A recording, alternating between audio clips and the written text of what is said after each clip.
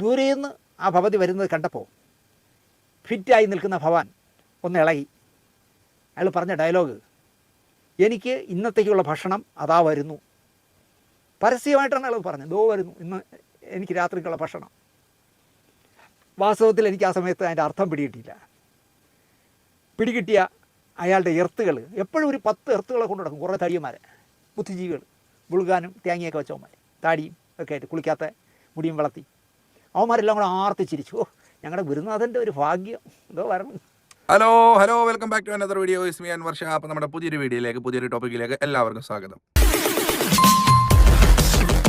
പ്രിയമുള്ളവരെ, ഞാൻ പറഞ്ഞല്ലോ 2026 എന്ന് പറഞ്ഞാൽ പ്രമുഖരായിട്ടുള്ളവർക്ക്, ഈ കുലിസിത പ്രവർത്തനങ്ങളിൽ ഏർപ്പെടുന്നവർക്ക് നല്ല കാലമല്ല. എല്ലാവരെയും പൊക്കുകയാണ്, എല്ലാവരും ജയിലിലേക്ക് പോവുകയാണ്. നിരന്തരം വാർത്തകൾ ഇങ്ങനെ വന്നുകൊണ്ടിരിക്കുകയാണ്, ആരോപണങ്ങൾ വന്നുകൊണ്ടിരിക്കുകയാണ്.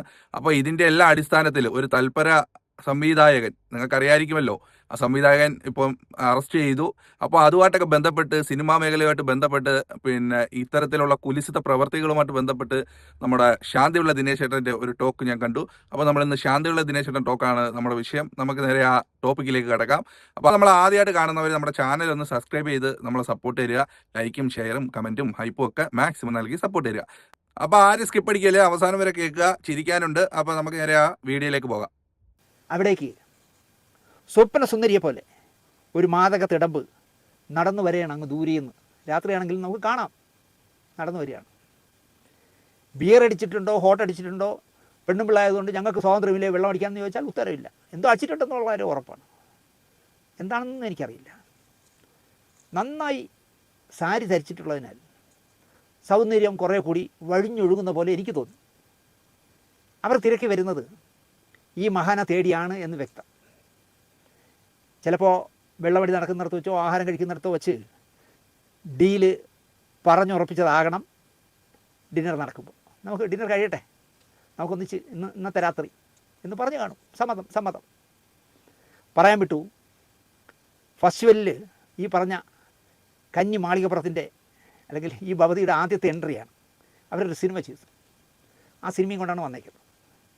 ഇട്ടുമൂടാൻ പണമുള്ള ഭർത്താവാണത്രേ അവരുടേത്. അദ്ദേഹം അങ്ങ് ശിവസേനയുടെ നാട്ടിൽ കാശുണ്ടാക്കുന്ന തിരക്കിലാണ്. ആ കാശിൽ കഥ എഴുതി, തിരക്കഥ എഴുതി ഒരു പടം പിടിച്ചു. അതിന് ഫെസ്റ്റിവലിൽ ആരെയൊക്കെയാണോ പിടിക്കേണ്ടത് അവരെ കൃത്യമായ രീതിയിൽ പിടിച്ച് ഇടം നേടി. അങ്ങനെ ആയിരിക്കണം ആ പടം കയറിയത്. അല്ലാതെ കയറാൻ യാതൊരു വഴിയില്ല. അത്ര ഉദാത്തമായ സിനിമയൊന്നുമല്ല. മലയാള സിനിമയെ ഉദ്ധരിക്കാൻ ഇറങ്ങിയിരിക്കുകയാണ് ഭവതി. ദൂരേന്ന് ആ ഭവതി വരുന്നത് കണ്ടപ്പോൾ ഫിറ്റായി നിൽക്കുന്ന ഭവാൻ ഒന്ന് ഇളകി. അയാൾ പറഞ്ഞ ഡയലോഗ്, എനിക്ക് ഇന്നത്തേക്കുള്ള ഭക്ഷണം അതാ വരുന്നു. പരസ്യമായിട്ടാണ് അയാൾ പറഞ്ഞത്, ദോ വരുന്നു ഇന്ന് എനിക്ക് രാത്രിക്കുള്ള ഭക്ഷണം. വാസ്തവത്തിൽ എനിക്ക് ആ സമയത്ത് അതിൻ്റെ അർത്ഥം പിടികിട്ടിയില്ല. പിടികിട്ടിയ അയാളുടെ എർത്തുകൾ എപ്പോഴും ഒരു 10 എർത്തുകളെ കൊണ്ടു നടക്കും. കുറേ തടിയന്മാരെ, ബുദ്ധിജീവികൾ, ബുളുകാനും തേങ്ങയൊക്കെ വെച്ചവന്മാർ, താടിയും ഒക്കെ ആയിട്ട്, കുളിക്കാത്ത മുടിയും വളർത്തി. അവന്മാരെല്ലാം കൂടെ ആർത്തിച്ചിരിച്ചു. ഓ, ഞങ്ങളുടെ ഗുരുനാഥൻ്റെ ഒരു ഭാഗ്യം, എന്തോ വരണം.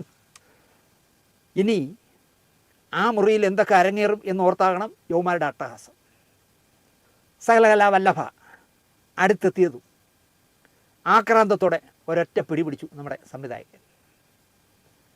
അരക്കെട്ടിൽ പിടിച്ചിട്ട് ഒന്ന് ആസ്വദിച്ച് കറക്കി ഭവതിയെ. അവളാണെങ്കിൽ ആവേശഭരിതമായി, അവൾക്ക് ഒരു നാണവുമില്ല, ആവേശഭരിതമായി അവൾ ചിരിച്ചു. ഒരു കൊലച്ചിരി എന്നാണ് എനിക്ക് തോന്നിയത്. ഇന്ന് അവനെ കൊല്ലും എന്നെനിക്ക് തോന്നി അവളെ ചിരി കണ്ടപ്പോൾ. ഞാനടക്കമുള്ളവരുടെ മുന്നിൽ വെച്ച് അയാൾ അവൾക്ക് ഒരു 1.5 കിസ് കൊടുത്തു. എന്നിട്ട് വാരി ചുറ്റി മുറിയിലേക്ക് നടന്നു.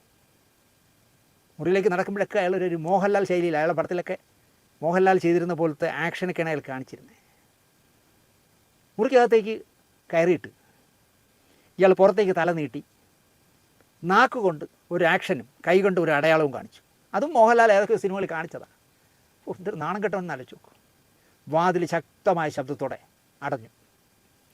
കൂടെയുള്ള എർത്തുകൾ കൊതിയുറിഞ്ചി അവിടെ കാവൽ നിൽക്കുന്നത് പോലെ എനിക്ക് തോന്നി.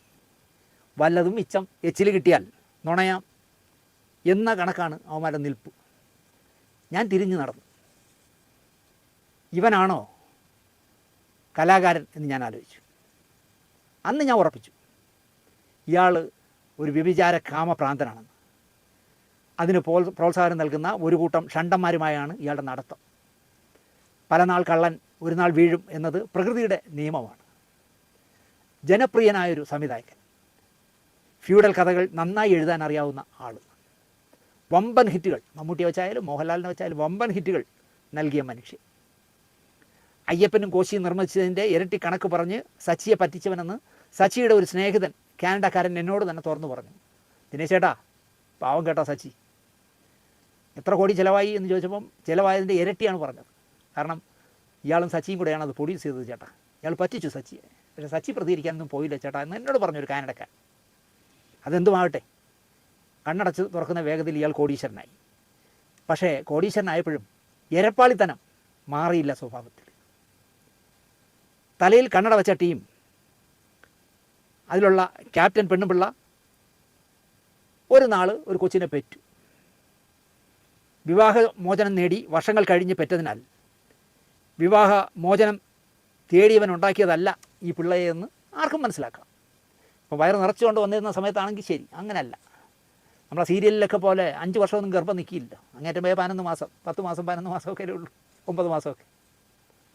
പെറ്റെണീറ്റപ്പോൾ ഈ ഭവതി പറഞ്ഞത്, ഈ തലയിൽ കണ്ണട വെച്ച നേതാവ് പറഞ്ഞത്, കൊച്ചിൻ്റെ അച്ഛനെ എനിക്കറിയാം, കുട്ടി വലുതായി എൻ്റെ തന്ത ആരെന്ന് തിരക്കുമ്പോൾ ഞാൻ പറഞ്ഞു കൊടുത്തോളാം, മറ്റുള്ളവർ അതറിയേണ്ട കാര്യമില്ല.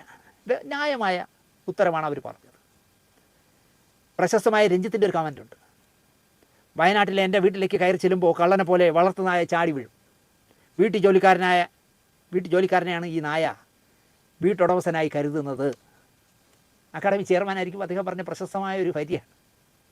അന്ന് ഞാൻ പറഞ്ഞ ഉത്തരം, ആ ഉത്തരം തന്നെ ഇന്നും ഞാൻ പറയുന്നു. സ്വന്തം വീട്ടിൽ തല നിവർത്തി പകൽ കയറി ചെന്നാൽ പട്ടി അംഗീകരിക്കും, രാത്രി കള്ളനെ പോലെ മതിലിയാടി ചെന്നാൽ കള്ളനായേ നായ കണക്കാക്കൂ. അതാണ് സംഭവിച്ചത്. ഇത് ചിത്രീകരിക്കാനായി ഞാൻ ഇറങ്ങുമ്പോൾ രഞ്ജിത്ത് ആശുപത്രിയിലാണ്. ECGയിൽ വലിയ വേരിയേഷനുണ്ട്. പ്രഷറാണെങ്കിൽ ഒരുപാട് കൂടി നിൽക്കുന്നു. ഈ പുറമെ മസിൽ പിടിച്ച് നടക്കുന്നവരൊക്കെ പാവകത്തുങ്ങളായിരിക്കുന്നേ. അയാൾ വരണ്ട് പോയി കാണും. ഒരു അര രാത്രി ലോക്കപ്പിൽ കിടന്നപ്പോൾ തന്നെ അയാൾ വരണ്ട് പോയി കാണും. എന്തെങ്കിലുമൊക്കെ അയാൾക്ക്, ഒരു സംവിധായകനാണ്, സംസ്ഥാന അവാർഡ് നേടിയ ആളാണ്, ജനപ്രിയനാണ്, അയാൾക്ക് എന്തെങ്കിലും ഒരു ചെറിയ സഹായം ചെയ്യാമെന്ന് വെച്ചാൽ ഇപ്പോൾ ഈ യൂട്യൂബും കുന്നും കുറച്ചൊക്കെ വന്നിരിക്കുന്നുണ്ടേ. നമ്മുടെ ഇവിടെ ഇപ്പോൾ വട്ടർകാവിൽ മത്സരിക്കുന്ന ഷീലേഖ ദിലീപിനെ കാണാൻ പോയതുപോലെ അപഖ്യാതികൾ പരക്കും. രഞ്ജിത്തിനെന്താ കൊമ്പുണ്ടോ, നിങ്ങളെന്തിനാണ് അയാളെ നിലത്ത് കിടത്താത്തതെന്നൊക്കെ ചിലപ്പോൾ ചോദിക്കും. അതുകൊണ്ട് പോലീസുകാർ ഒന്നും ചെയ്ത് സഹായിച്ചു കാണില്ല. എന്തായാലും എൻ്റെ അവസ്ഥ ഇതായല്ലോ എന്ന് വിചാരിച്ചുകൊണ്ടായിരിക്കും ECGയിലും നല്ല വേരിയേഷൻ ഉണ്ട്, നല്ല BP ഉണ്ട്. അപ്പൊ എന്തായാലും കൊള്ളാം. സിനിമാ മേഖല മൊത്തം ഇല്ല പടത്തിൽ പറയുന്നതിൻ്റെ കൂട്ട് അടി ഇടി വെടി പുക ആണോ എന്നുള്ളതാണ് നമുക്കറിയാൻ വയ്യാത്തത്. എന്തായാലും സിനിമാ മേഖലയുമായിട്ട് ബന്ധപ്പെട്ടുള്ള കുലിസിത പ്രവർത്തനങ്ങളും അതിനെ സംബന്ധിച്ചുള്ള ചർച്ചകളും അറസ്റ്റും ആരോപണവും ഇതൊന്നും ഇവിടെ തീരുന്നില്ല. അപ്പം ഇതിനെക്കുറിച്ചൊക്കെ താത്വികമായ ഒരു അവലോകനം നടത്തി നമ്മളെ കേൾപ്പിച്ച ശാന്തിയുടെ ദിനേശേട്ടനെ നന്ദി പറഞ്ഞുകൊണ്ട് ഇന്നത്തെ നമ്മുടെ വീഡിയോ അവസാനിപ്പിക്കുകയാണ്. ഒന്നുമല്ലേലും ഇനിയെങ്കിലും ഉള്ളവർ സൂക്ഷിച്ചാൽ ദുഃഖിക്കേണ്ട എന്നുള്ളതാണ് പറയാനുള്ളത്. അപ്പോൾ എന്തായാലും വേറൊരു ടോപ്പിക്ക് നമുക്ക് വീണ്ടും കാണാം. അതുവരെയ്ക്കും എല്ലാവർക്കും ബൈ പറയുന്നു. നമ്മളിന്ന് സബ്സ്ക്രൈബ് ചെയ്യുന്ന കാര്യം, സപ്പോർട്ട് ചെയ്യുന്ന കാര്യം പരിഗണിക്കുക. താങ്ക്